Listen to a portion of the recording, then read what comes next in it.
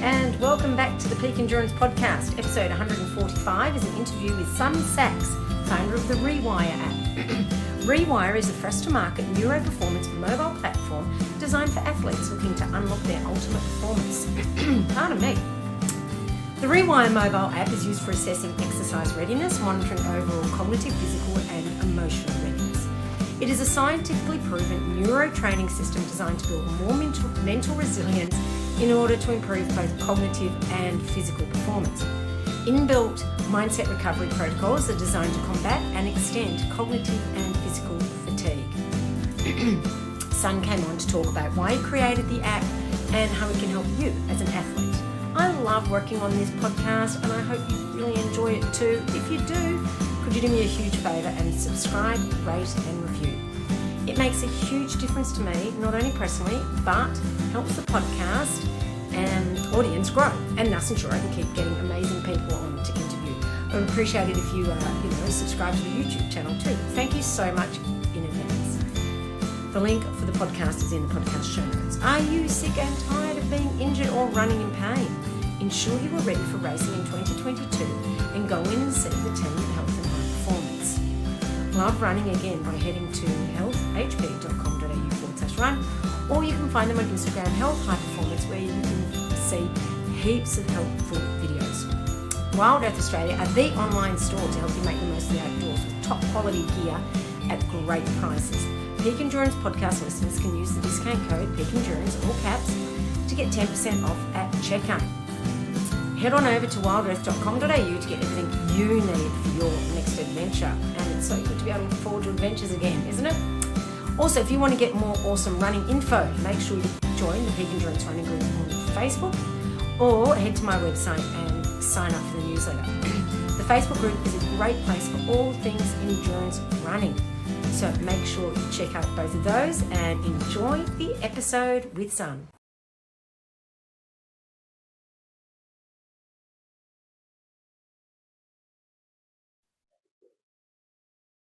Hi, Sun, and welcome to the Peak Endurance Podcast. Yeah, thanks so much for having me. I'm looking forward to chatting. Yeah, no, me too. Now, just can you tell the listeners a bit about yourself and your athletic background? Yeah, for sure. So I grew up in the States, in Boulder, Colorado, which is definitely a hub, as many know, for endurance sport.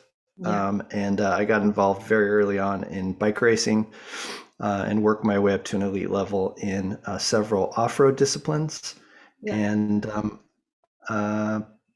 I would say I probably, it was a short-lived career. I basically had to retire in my late 20s due to burnout and injury.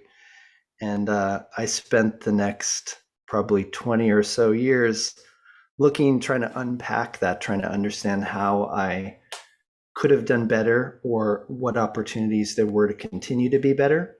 Yeah. So really just being a student of performance, since then.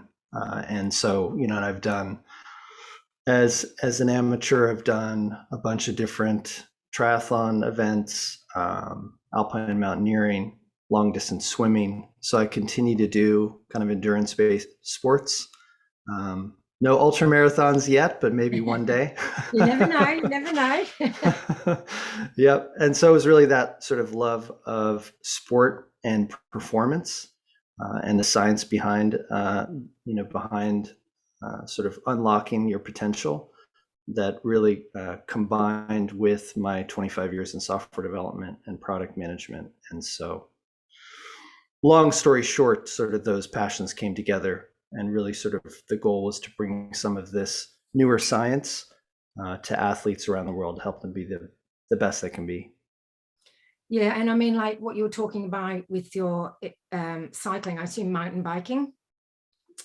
Mountain biking, cyclocross, yeah, all that stuff. Okay. Yeah.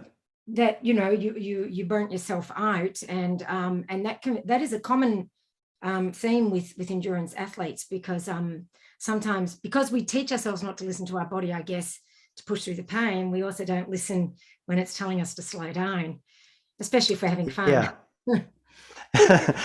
The fun quotient is super important. But what I would say also is that the traditional way of building sort of mental toughness or mental resilience It's a bit old-fashioned in that it's sort of a literal translation. If I want to get tougher, I have to push myself really hard, right? So how many 6-hour runs can you go on per week, right? Not too many. Yeah. And as you get more fit, that adaptation requires more and more effort. So eventually you're going to burn out. Whereas there are other ways to more specifically target the brain and build that resilience without beating yourself up. So that's sort of the long and short of it in terms of, finding a more direct path to mental resilience, which, in endurance sports, that's what matters. You're out there for a long day, and we all know what can happen when things start to unravel. Yeah. I mean, I keep saying this in the podcast. Well, I've said it a few times. It's a common saying in ultra running, it's 90% mental and the rest is in your head, so it doesn't matter how fit you are. If you fall apart mentally, it's lost, So now you've just launched Rewire Fitness, and it's the first to market neuro-performance mobile platform for athletes and those looking to unlock their human performance. So this is the app that you have created. Can you tell us how this came about? Well, you basically told us how it came about, but what's involved in it? Yes. Yeah, there's a longer personal story which we haven't dived into yet, but to give people a sense for what the product is, it's basically a structured way to train your mind. So you talked about, the 90%, mental sort of piece. We hear that a lot from athletes. And the thing is, we'll then ask a second question. Well, how much time do you spend on it? If it's 90%, you must spend a lot of time training your mind. And of course, it gets a little awkward. There's not really an answer. So what we're looking to do is provide, just like you would do structured training for your body, we want to provide structured training for your mind. And so you open up the app and, you'll put in sort of your normal workout and sort of training load details. It's going to recommend a program for you on a few levels. So first off, how to do neuro-training to increase mental resilience. It's basically these cognitive tasks that overload your brain and create an adaptation, which we can get into. Yep. And then just like training your physical body, you also want to recover, right? We all know how important recovery is these days. Often overlooked, often blind spot is cognitive recovery. When you're going into a hard training effort, it's almost like flipping a coin if you don't know your cognitive state, because that workout may feel a lot harder, not due to physical load, but due to cognitive load. Or it might, your motivation might wane or other factors. So it's really important to spend time recovering the mind as well as the body. And then the last piece is a measurement tool, which basically is meant to be a morning practice. So you wake up in the morning, you do a 90-second test. We analyze your cognitive state, your emotional state, and your physical state, and give you an overall score, and then a breakdown of what areas you need to be aware of or mindful that day. The thing that's different about it also is that we're not just saying, a lot of times what you'll see with the trackers out there is they'll say, you had a bad night's sleep, consider taking a day off, right? We can't always do that. That's not a really, go, no go is not really a realistic response or answer or solution. So what we do is then we provide a personalized recovery program to help you make the best of the day, regardless of the situation. If you had a bad night's sleep, if you're feeling stressed out, we're going to have a solution for you. So that's kind of the approach is you diagnose where you're at every day, and then you're either doing neuro-training or recovery. That sounds really interesting. So what is the neuro-training? Can you give us sort of some examples? Mm-hmm. Yeah, so we're trying to overload the specific area of the brain that's responsible for your perception of effort. So oftentimes, as I'm quite sure in ultra running and other endurance sports, we rely on RPE for understanding sort of the level of it. We don't all like to wear gadgets. We don't like to track a lot of data, but you rely on that subjective evaluation of how hard the effort is to sort of calibrate your training and your recovery. But what happens is when your brain starts to get overloaded, that message or that information becomes skewed. So if you're under a lot of cognitive fatigue, your perception of effort actually increases. So it feels more difficult than it is. What we do is we have this specific types of cognitive tasks. They're a little bit hard to describe, just with audio. But picture one of the examples is called a Stroop test, which is a response inhibition training test, where it's an impulse control test where you see a big word or shape at the top of the screen. And that, let's just say it says red, and it's printed in the color of green. Your job is to see that shape or word, and in your mind, just understand what color it is. And then there's some words at the bottom that correspond to the meaning of that color. So what oftentimes happens is your mind wants to associate the color with the meaning, but oftentimes it's the opposite. And so what we'll do is basically you'll do maybe 1,000 questions in 15 minutes. Yeah. And what that does is target that part of the brain. And what the science has shown is it creates an adaptation, which results in more resilience when you need it most. In other words, when you're really overloaded mentally and physically.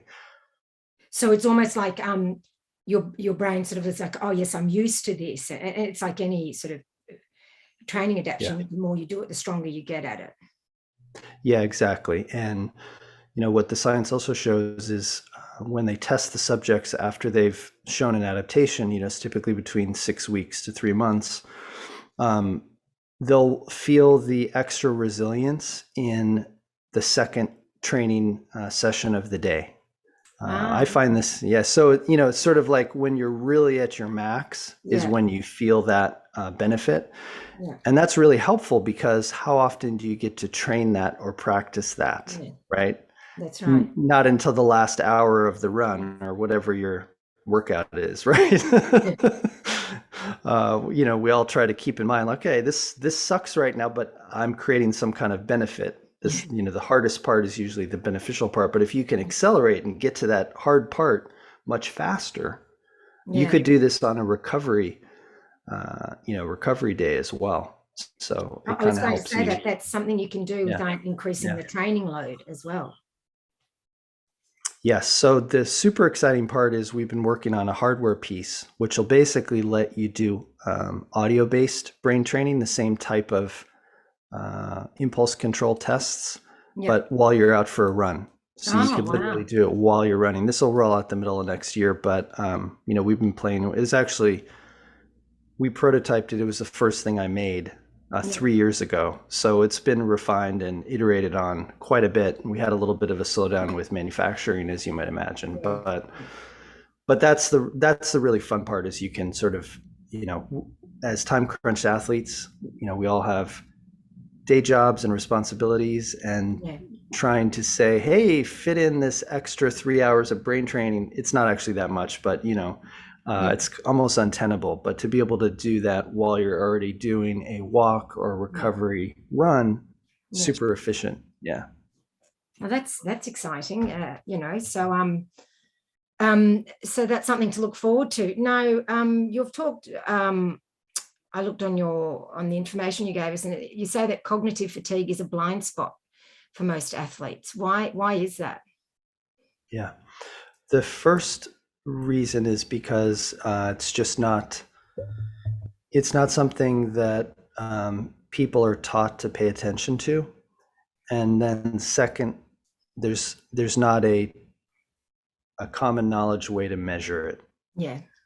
What we do is we use a simple reaction time test, which is built into the readiness system that you do every day. Basically, it'll track your reaction time down to the millisecond, comparing to your baseline. Yeah. And it will show things like lapses, which are moments when you lose attention. So we've all had that. You're out in training, you space out for a second. Hopefully you don't fall. That's normal when I trip. Right, exactly. So it picks up on that. And if it's seen, hey, you're having 3 or 4 more extra lapses today, or you're off your baseline, it's highly correlative to cognitive fatigue. Then you need to do something about it. So The other day, I had a function I had to go to, and I got back late, and I had a horrible night's sleep, and then I had to get up and do, like a threshold workout. And what I did is I just basically put the recovery program on audio and did it while I was working out to counteract the cognitive fatigue, which was going to impact my workout, because if you're cognitive fatigued, you're going to have a higher level of frustration, your motivation's going to wane, it's going to feel more difficult, all these things we've experienced, which we don't always identify as related to cognitive fatigue. We might just say, what's wrong with me today? Why am I not performing? And oftentimes it has to do with the mind. Yeah. Now, you also say that most of the readiness trackers out there use an incomplete data set. In what way do you use a more complete data set then? Yeah. So part of my background, I started doing quantified self more than 10 years ago, which really means you just nerd out on all of your biometric data and subjective data. And I discovered early on, before it was really popular, the importance of HRV. It was the most correlative data point to my training adaptation. Nowadays, we all know how important HRV is. It's in every tracker, right? So I'm definitely not saying that that's not important. And we also know now how important sleep is to recovery. Your mind-body recovery is going to happen. The most effective strategy is get a good night's sleep.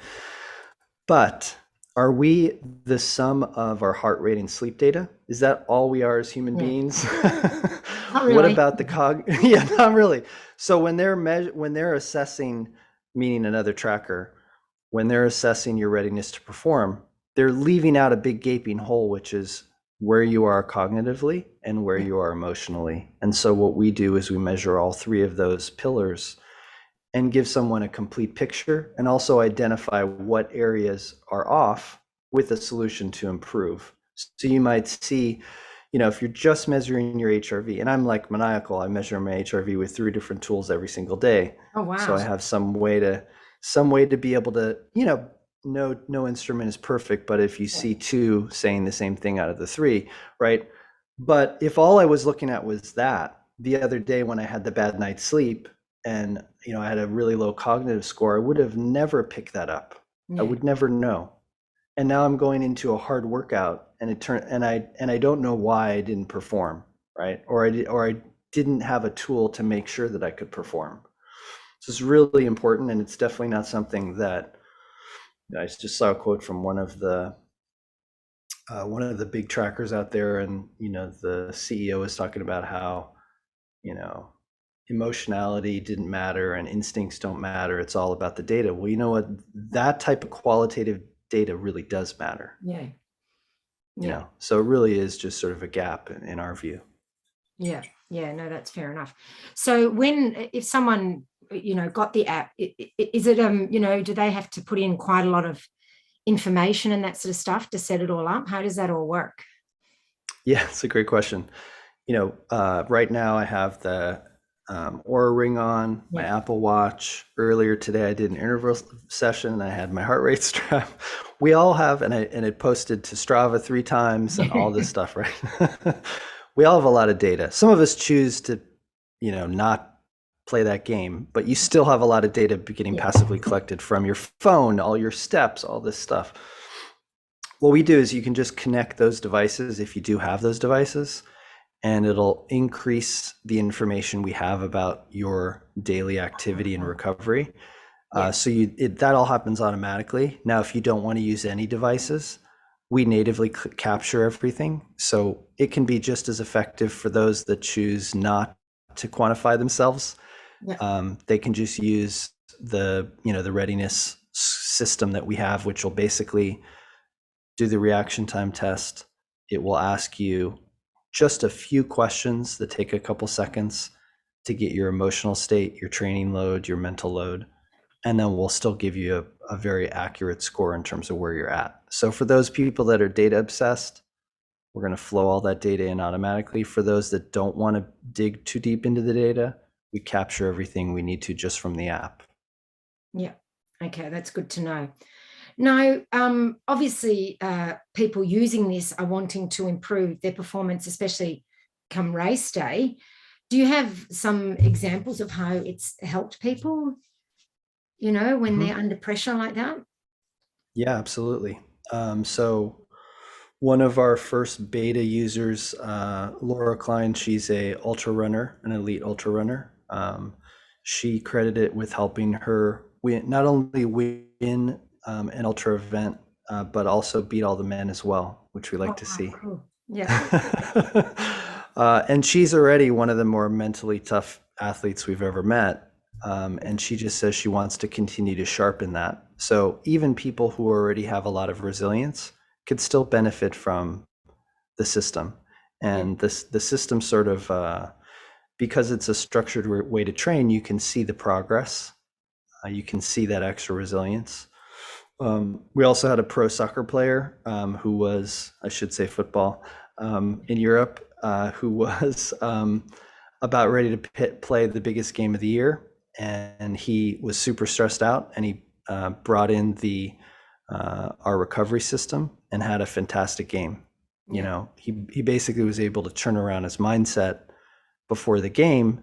And really, what we like to say is you want to have a calm, ready state before your training or your competition, right? You don't want to be riled up and nervous or amped up. You know, listening to crazy music, yeah, it feels very motivating, but it's actually sapping your energy, right? You're expending energy that, especially in an ultra, you can't afford to waste any energy, as we all know. Yeah, definitely. And like a negative self-talk cycling in your brain for 8 hours is not going to help you, No. right? So we have positive self-talk built into the app, as well as visualization cues and other things that you can then leverage while you're out in training. You sort of So you can develop listen to those those tools. while you're training, can you? Those ones? You can. We also have so the recovery system is pretty dynamic. It basically what we call a recipe. What will happen is you either get your readiness score, or if you self-diagnose and you sort of know what you need, you can do pre-training, prep. You can do recovery or stress reduction. You could do focus, and what it does is it basically combines a number of protocols, including breathing modality. I saw you had Patrick on, big Yeah. fan of his work. Yeah, he's awesome. Yeah. So we have every kind of breathing modality you could imagine in the system: box breathing, 4-7-8, a Tumo style, pranayama style. And why that's important is obviously it's a physiological trigger, Yeah. for various things, either for a sympathetic or a parasympathetic response. So we have that in there. We have what's called binaural beats, which are two-tone frequencies, which create a brain entrainment, which essentially is a fancy way of saying it makes your brain mimic the waves it perceives. So if you want someone in a meditative state or in a focused state, you broadcast a certain frequency, your brain picks up on that. That's what I used to get through my threshold session the other day. Okay. We'll bring in the self-talk, we'll bring in the visualization, and then we do subliminal priming, which is kind of straight out of science fiction, but it has existed in the laboratory for a long time. And basically, because we're social animals and we respond via fight or flight, among other things, via our facial expressions. Yeah. So the cranial nerve, the vagus nerve, basically travels through all the major organs and connects to the muscles in the face. Why? Because just like if you'd imagine like a herd of animals, if one animal has sort of a fear response body language, what are they all going to do, right? They're all going to go, whoa, danger. Yeah. The same thing happens with humans. We're looking at each other's faces. We're picking up, our deep biology is constantly trying to interpret what that, are they in a safe place? Are they, in a dangerous place? So what we actually do is we prime people with smiling faces subliminally. Yeah. Coaches intuitively understand it. They'll often say, smile when you run. Yes. There's a reason for that, because you're actually telling your biology, hey, I'm in a good place. I'm in a safe place. And so we do all those things in combination based on the, sort of what the athlete needs at any one time. Wow, it sounds very thorough, like a thorough range of things. So how would an athlete know what to use at what time, especially if they're new to this sort of stuff? Yes, a great question. So currently the best way is they just do the 90-second readiness, where they do, basically analyzes their state. Maybe I'll make sure you have a video for the show notes, but so you can see, but it's pretty cool to basically say, like, out of 0 to 100, here's how you are physically compared to your baseline. Out of 0 to 100, here's how you are cognitively and emotionally. So it's a little progress bar. Yeah. And you can see, the cognitive is down to like 20 out of 100. So that's like and then based on that, it'll give you a recommendation for what to do. You just click a button, say what you're trying to achieve, and you're in the session. With the neuroperformance, same thing. We'll recommend when it's safe to do neuroperformance. You don't want to do that kind of brain training all the time. For you guys who have a lot of training load, you want to be cognizant of its negative impact to your training. So in other words, if you were going to do an intense session, maybe you're going to do like strides or something, you don't want to do neuro before, because what that's going to do is impact the quality of your effort. But you might want to do it, on a recovery day, or you can do it after that intense session. And what that's going to do is basically pile on the load at the end without influencing the performance of your workout. Yeah. Because so you just pull up the app 10 minutes later after your session when you're walking it out or warming down or whatever. Yeah. Because otherwise, I'm presuming it increases the RPE basically. Exactly. So you just have to be cognizant. Now, if you didn't have the app never existed. The way you could do that is at the end of a long work day, go for a run. That's no fun, but you already have some cognitive load built in. Yes. Right. Yeah. and it's true, because that's why I train in the mornings, because training after work, it just feels so much harder.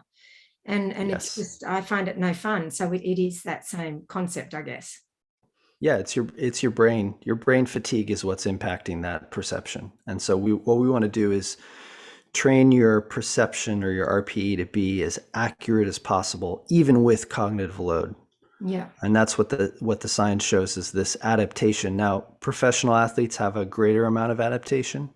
You always have to ask the question, is that trained or innate? But the fact of the matter is, it can be trained, it can be increased no matter what level you're at. And if you're an amateur and new to sport, there's obviously a lot of gains to be made there, because you haven't built a lot of resilience yet. Yeah. But like you said, athletes who have been at it for a while, I mean, when they're starting to look for the 1%ers, that's when this sort of thing becomes important too. That's right. Yeah, because you can basically, if you just imagine somebody who's very fit, maybe once or twice a week, they're getting into that sort of heavily cognitively fatigued state just by pushing their body. Sort of, it's a side effect, right? Yeah. But if you could spend more time in that state and, be very targeted and specific without it negatively impacting your training load, now you're going to make faster progress in that area.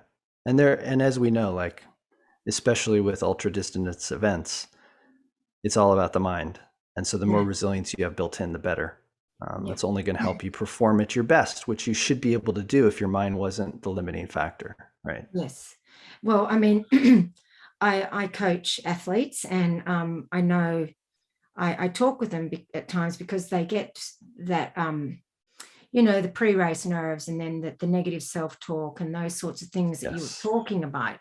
So with this app, then you sort of said like the soccer player was able to listen to the recovery thing. You have things that you can listen to pre-event, I presume, that help with that. That was actually the origin story of that particular feature. The whole recovery system, I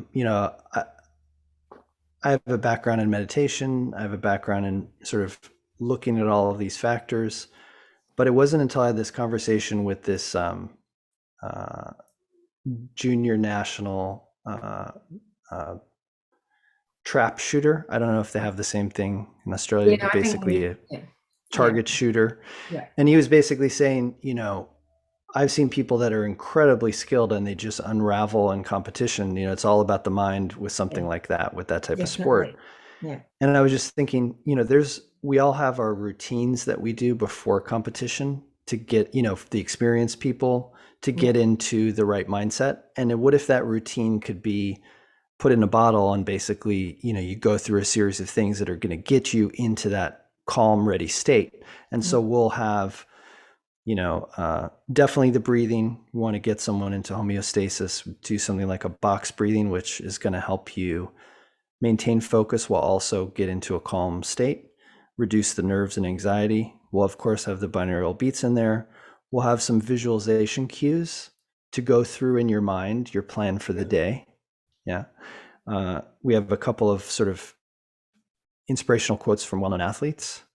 And then we'll have the self-talk. So you have your toolkit of things.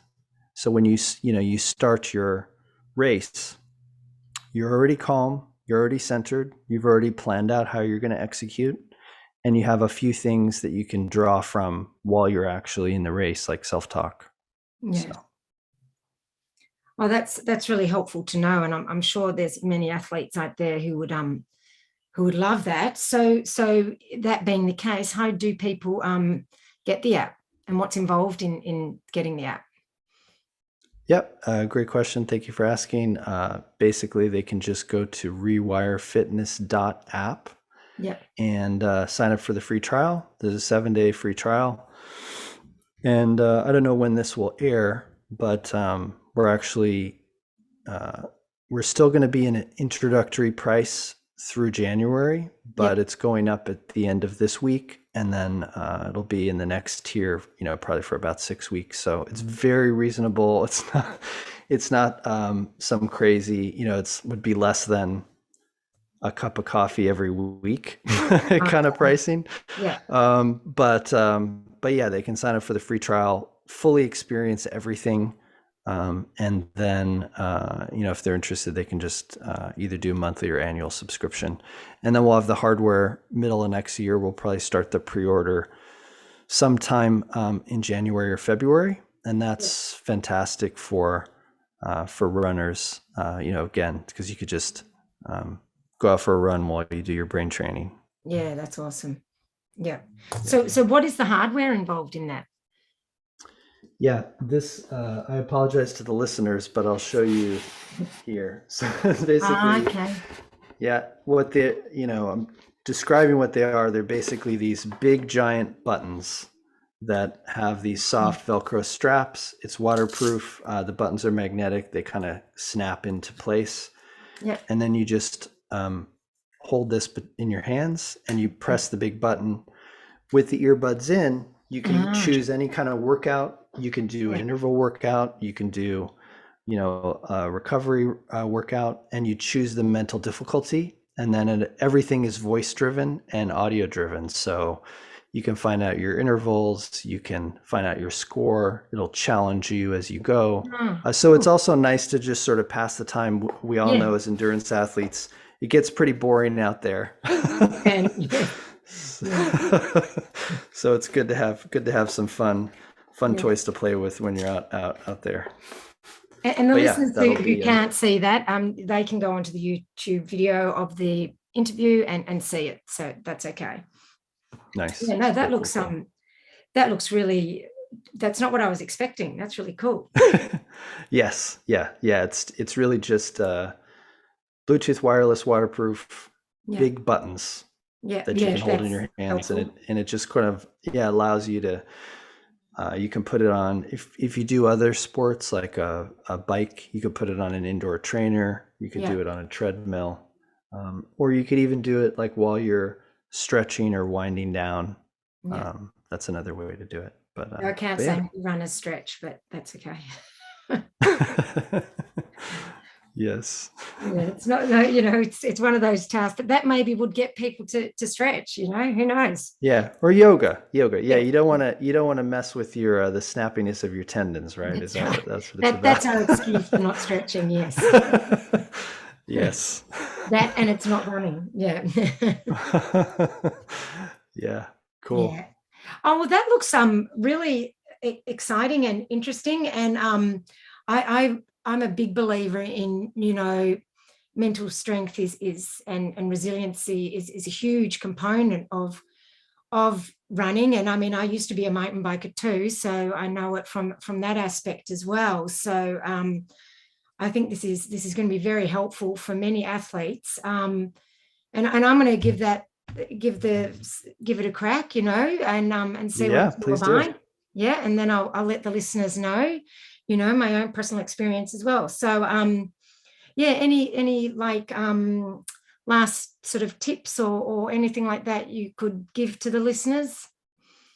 Yeah, without having the app, I would just say try to be mindful or self-aware of times when you have a higher level of frustration or emotionality. That's cognitive fatigue. So it's a good way to self-diagnose. If you see that's happening, um, give yourself a little bit of a break. Even if you just take 5 minutes, you could do some of Patrick's breathing. You can just sit and read a book or just try to get calm. But just giving yourself a little bit of time to recover and just being aware that this is what's going on. Of course, sleep always helps. Yes. If you're using some kind of sleep tracker, you definitely want to get good deep sleep and good REM sleep. Both of those things are going to help recover your mind, and that's so important. So really just adding to your self-care toolkit the idea that you do need to recover your mind, and being aware of that emotionality and that frustration is a good first step. Yeah, no, that's really a good one. Thanks for that. All right. Well, thank you so much for coming on the podcast. I'll put the links to all of those things that we spoke about, and hopefully you can give me that video, and we'll put that in the show notes. Perfect. Yeah. Thank you so much. All righty. And is the app, does it have a Facebook page or Instagram page or something like that as well for listeners? Yes. You can find us on Instagram at Rewire Fitness. Yeah. Or on Twitter at Rewire_app. We do have a Facebook page as well. I believe that is Rewire Fitness. Yeah. So you could just search for us and find us there. And right. Yeah, we'd love to hear from you. Love to hear any questions you guys have. And that's good. We do regular beta group meetings as well. So if anyone is interested in being more of a part of the program, you can submit an application and join the beta. Oh, that's cool. Excellent. All righty. Well, thank you so much for your time. We really appreciate it. And thanks for the chat. Yeah, great chatting with you. Thanks.